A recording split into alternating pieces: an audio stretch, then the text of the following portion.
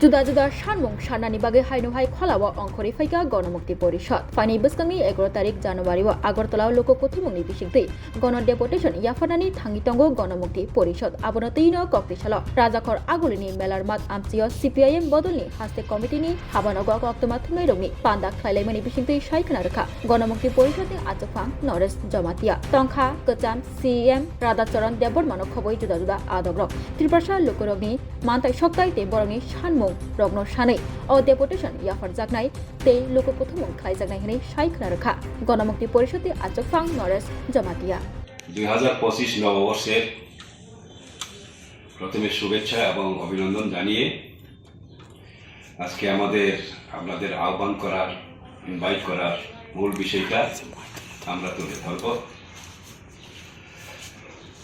গণমুক্তি পরিষদের কেন্দ্রীয় কমিটি সিদ্ধান্ত গ্রহণ করেছে আগামী 11 জানুয়ারি রাজভবনে অভিযান করে ধর্ণা করে 12টা থেকে 3টা পর্যন্ত ধর্ণা হবে। কতগুলি ট্রাইবেলদের সমস্যা সংক্রান্ত ইস্যু নিয়ে এবং হিজ এক্সিলেন্সি গভর্নর অফ ত্রিপুরার কাছে আমরা আমাদের চার্টার অফ ডিমান্ড সম্বলিত মেমোরেন্ডাম অর্পণ করব। এই গণধর্ণা ডেপুটেশন রাজভবনে এই সিদ্ধান্ত শুধু আমাদের ত্রিপুরা রাজ্যের গণমুক্তি পরিষদের সিদ্ধান্তই শুধু না, এটা সর্বভারতীয় আদিবাসী অধিকার রাষ্ট্রীয় মঞ্চ তার সিদ্ধান্তের অংশ। গত 1 ডিসেম্বর দিল্লিতে হরকিষণ সিং সুরজিৎ ভবনে সারা দেশের বিভিন্ন ট্রাইবেল সংগঠনের একটা কনভেনশন হয় আদিবাসী অধিকার রাষ্ট্রীয় মঞ্চের আহ্বানে, এবং তার সঙ্গে আদিবাসী রিসার্চ অ্যান্ড ডেভেলপমেন্ট সেন্টার আর একটা এনজিও, এই দুই সংগঠন মিলে সেই কনভেনশনের আয়োজন করে 3 শতাধিক প্রতিনিধি আদিবাসী প্রতিনিধি বিভিন্ন রাজ্য থেকে সেই কনভেনশনে যোগদান করে, এবং তার সঙ্গে আমাদের ভ্রাতৃপ্রতিম যে সংগঠন সারা ভারত কৃষক সভা, ক্ষেত মজদুর ইউনিয়ন, দলিত শোষণ মুক্তি, গণতান্ত্রিক নারী সমিতি, এই সমস্ত সংগঠনগুলির নেতৃত্বও এই কনভেনশনে উপস্থিত ছিলেন। কনভেনশনের প্রধান বিষয়বস্তু হল এই বিজেপির নেতৃত্বাধীন এনডিএ শাসনে, প্রধানমন্ত্রী নরেন্দ্র মোদীদের শাসনে আমাদের দেশের এবং রাজ্যের উপজাতিদের কর্মক্ষেত্রে চাকুরিতে সুযোগ থেকে বঞ্চিত করা হচ্ছে, এক্সক্লুশন অফ আদিবাসীস ফ্রম জব, চাকুরি থেকে কর্মসংস্থান থেকে ট্রাইবেলদের বাদ দেওয়ার প্রতিবাদে এই কনভেনশন ছিল, এবং সেই কনভেনশনে সর্বসম্মতিক্রমে সিদ্ধান্ত গ্রহণ করা হয় যে আদিবাসীদের যে সংরক্ষণের অধিকার সেটা মেনে সারা ভারতবর্ষে রাজ্যগুলির কোটা, রাজ্য সরকারগুলির কোটা এবং কেন্দ্রীয় সরকারগুলির কোটা যাতে পূরণ করে শূন্যপদ পূরণ করা হয় অবিলম্বে, এবং শুধু সরকারি ক্ষেত্রে না, তার সঙ্গে কর্পোরেট, বেসরকারি ক্ষেত্র, এমনকি কন্ট্রাকচুয়াল যে নিয়োগ করা হয় সেগুলিতেও রিজার্ভেশনের ব্যবস্থা চালু করার দাবি আমরা রাখছি। এবং আশ্চর্যের বিষয়, এখন পর্যন্ত স্বাধীনতার এত বছর পরেও যে মাত্র 8% কেন্দ্রীয় দপ্তরগুলিতে ট্রাইবেলদের রিজার্ভেশন করার কথা, তার অর্ধেকও এখনো পূরণ হয় নাই। আর রাজ্যগুলির কথা বলে তো আর বলা বাহুল্য মাত্র, তার চেয়েও বেশি বঞ্চনা বিভিন্ন বিজেপি শাসিত রাজ্যগুলিতে হচ্ছে। আমাদের এই রাজ্যে বাম আমলে সেটা ছিল না, এরকম বঞ্চনা ছিল না। রাজ্য সরকারের কোটাগুলি পূরণ করা হয়েছিল, কিন্তু এখন এই কোটাগুলি তোয়াক্কা করা হচ্ছে না। সবচেয়ে বেদনার বিষয় হলো এখন সঠিক তথ্য পরিসংখ্যান তাও গভর্নমেন্ট প্রকাশ করছে না। কত এই আসলে ট্রাইবেল কোটা শূন্য করে আছে সেগুলো হিসাব চেয়েও পাওয়া যাচ্ছে না। আরটিআই এর যে অধিকার সেটাও এখন সেখান থেকেও মানুষ বঞ্চিত হচ্ছে। এইরকম পরিস্থিতিতে কনভেনশন সিদ্ধান্ত করে ডিসেম্বর জানুয়ারি মাসের মধ্যে রাজ্যে রাজ্যে গভর্নরের কাছে আমরা ধর্ণা দেব, ডেপুটেশন দেব এবং আমাদের ট্রাইবেল ইস্যু সংক্রান্ত দাবি নিয়ে আমরা মেমোরেন্ডাম দেব। এই সিদ্ধান্ত মোতাবেকই আমরা ত্রিপুরা রাজ্য উপজাতি গণমুক্তি পরিষদ এই 11 তারিখে রাজভবনে যাওয়ার সিদ্ধান্ত গ্রহণ করি এবং তার সঙ্গে অবশ্যই আমাদের স্থানীয় রাজ্যের দাবিগুলি যুক্ত থাকবে। সেই দাবিগুলি আমাদের জেনারেল সেক্রেটারি একে একে আপনাদের সামনে তুলে ধরবেন। আর শেষে আপনারা সহযোগিতা করবেন। আমরা প্রায় প্রতি বছরই এই নববর্ষে আমাদের নীতি আদর্শ মানুষের সামনে লক্ষ্য উদ্দেশ্য তুলে ধরার জন্য আমাদের মুখপত্র লামা প্রকাশ করে থাকি। গতবারও করেছিলাম, এর আগেবারও করেছিলাম, এইবারও করেছি। সেটা আপনারা থেকে আমাদের প্রকাশে সাহায্য করবেন। প্রেসিডেন্ট তো শুরুতেই বলেছেন কেন আমাদের এই আপনাকে ডাকা হলো। এটা ঘটনা যে অল ইন্ডিয়া যে আমাদের আদিবাসীদের যে সংগঠন আদিবাসী অধিকার রাষ্ট্রমঞ্চের আহ্বানে যে আমাদের যে কনভেনশন কিছুদিন হয়ে গেল, তারই পরিপ্রেক্ষিতে আমার এই ওখানকার যে সিদ্ধান্ত এবং আমাদের রাজ্যে আমরা বেশ দীর্ঘ সময় ধরেই কতগুলো বিষয়ে আমরা যে আন্দোলনটা করছি এটার সাথে যুক্ত করে আমাদের 11ই জানুয়ারি 2025-এ আমাদের যে গণ অবস্থান হবে, গণধর্ণা, সেই দাবিগুলো আমি আপনাদের সামনে উপস্থিত করছি সংগঠনের তরফ থেকে। মূলত আমাদের দাবিটা হচ্ছে কেন্দ্র এবং রাজ্য সরকারের সমস্ত শূন্য পদ পূরণ করতে হবে এবং রাষ্ট্রের যে সমস্ত সংস্থা আছে এগুলিতেও যে অনেক শূন্য পদ আছে এগুলো পূরণ করতে হবে। কোনো মতেই রাষ্ট্রায়ত্ত সম্পত্তিকে বেসরকারীকরণ করা চলবে না, এটা অবশ্যই বন্ধ করতে হবে এবং বেসরকারি সংস্থাগুলোতেও সংবিধানের 9 নং ধারাকে সংশোধন করে যাতে আপনার ST/SC-দের রিজার্ভেশন আইন মেনে নিয়োগের ব্যবস্থা যাতে করা হয়। এর সাথে এটা আমরা লক্ষ্য করছি গোটা দেশের মধ্যে এখন এই বিজেপি গভর্নমেন্ট আসার পর, মোদী সরকার আসার পর থেকে এই সময়টার মধ্যেই প্রায় 10 লাখের কাছাকাছি শূন্য পদ পড়ে আছে।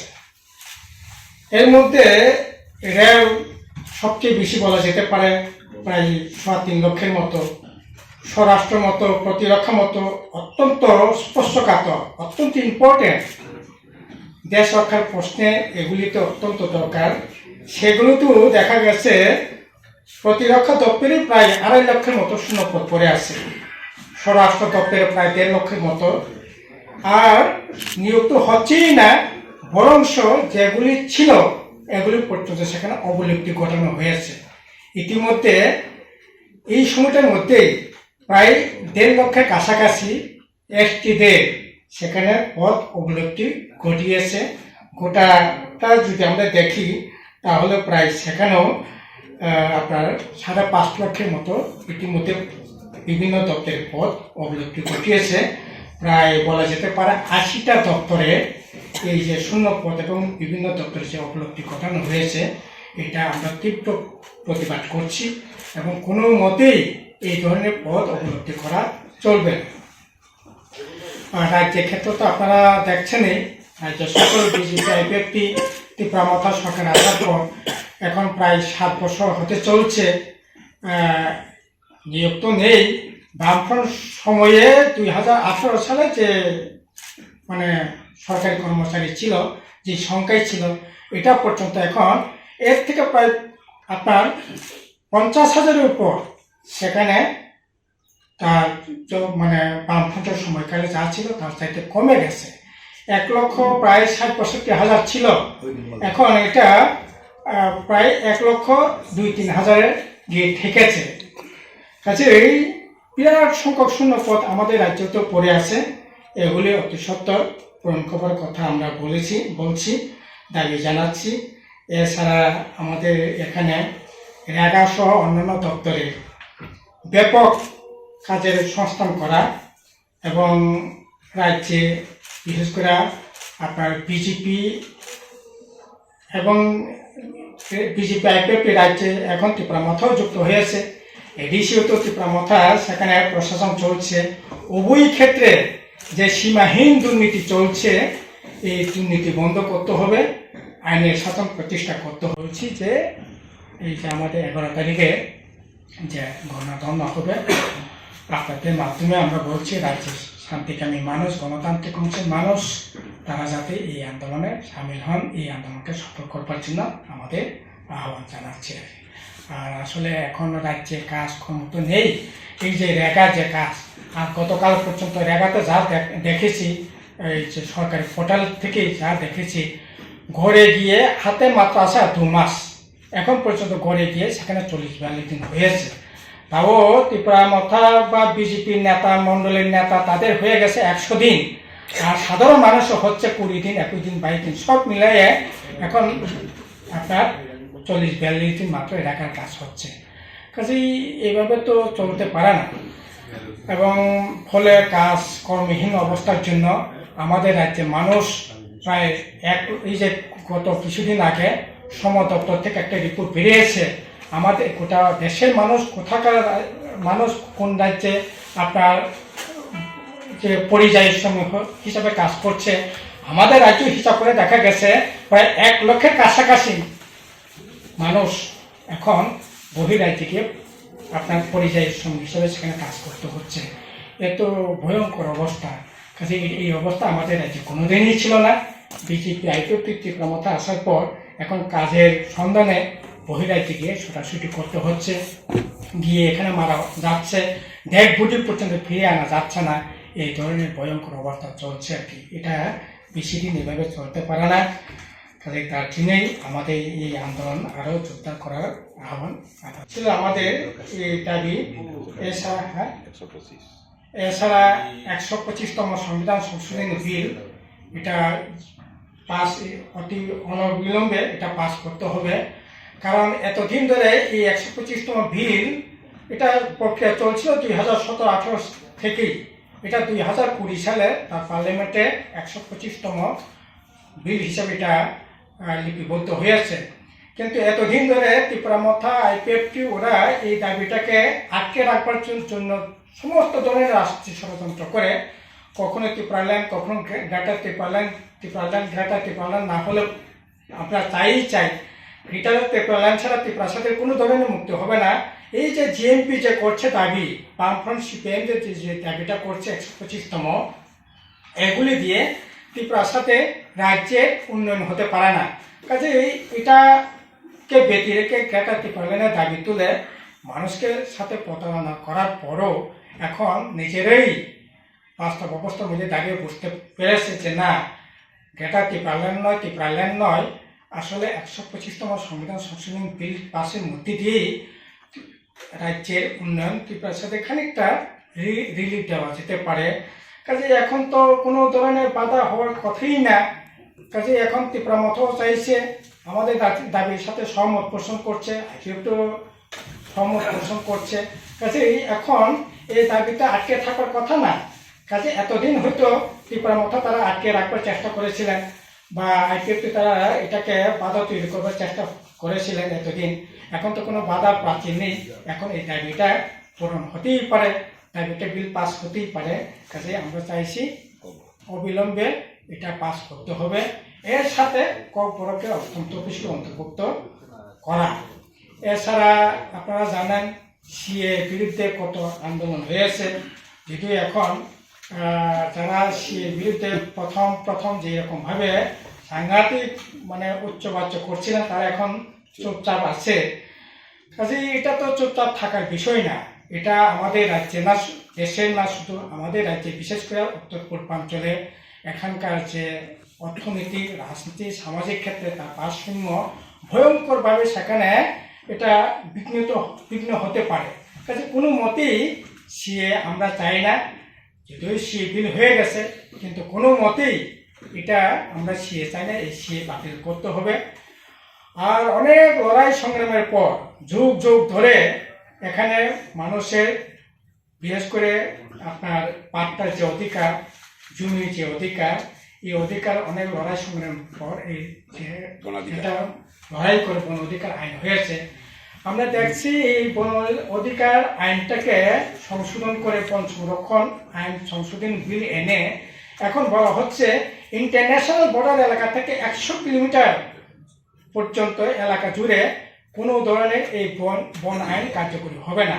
এতে করে আমরা দেখছি আমাদের রাজ্যে একজনও সেখানে বন আইনের মোতাবেক আইন অনুসারে সে বনের মানে জমি পেতে পারে না। যা বনের আইনে যা পাত্তা পেয়েছে বামফ্রন্ট সরকার আসার পর প্রায় 1,30,32,000 আমাদের মাননীয় প্রেসিডেন্ট সেই সময়ে বনমন্ত্রী ছিলেন 12 লক্ষ কান, হ্যাঁ 12 লক্ষ কান, 12 লক্ষ কানের উপর সেখানে জায়গা দেওয়ার ব্যবস্থা করা হয়েছে। যদিও বিজেপি আইপিএফ ত্রিপুরা মাথায় আসার পর 1 ইঞ্চি সেখানে তার সম্প্রসারণ ঘটানো হয়নি। কাজেই আমরা বলছি এই যে বন সংরক্ষণ সংশোধন বিল যেটা এনেছে এই আইনটাও, এই বিলটাও বাতিল করতে হবে। এছাড়া আমরা দেখছি আমাদের রাজ্যে মানুষের যে, গ্রামের মানুষের বিশেষত যে তার যে গণতান্ত্রিক অধিকার, এটাকে ভয়ঙ্করভাবে হরণ করবার চেষ্টা হচ্ছে, বিশেষ করে ভিলেজ কমিটি নির্বাচন না করে। 2021 সালেই তার মেয়াদ শেষ হয়ে গিয়েছে। আপনার বিধানসভা নির্বাচন হলো, পার্লামেন্ট নির্বাচন হলো, 30 নির্বাচন হলো, কেন ভিলেজ কমিটি নির্বাচন এতদিন ধরে এটাকে আটকে রাখা হয়েছে? আমরা বলছি ভিলেজ কমিটি নির্বাচন অতি সত্বর ঘোষণা করতে হবে, তারিখ ঘোষণা করতে হবে। কারণ ভিলেজ কমিটি আইনেই আছে গ্রামের উন্নয়নের জন্য গ্রাম সংসদ করতে হবে, ওয়ার্ড সংসদ করতে হবে, হিসেব দিতে হবে। এখন ওয়ার্ড সংসদে কোনো বালাই নেই, গ্রাম সংসদে কোনো বালাই নেই, হিসেবের কোনো বালাই নেই। এখন ত্রিপুরা মাথা আইপিএফপি বিজেপি গ্রামের যারা মাধ্যমরা আছে এটাকে লুটপাটের একটা আখ্যাতে পরিণত করে রেখেছে এটাকে।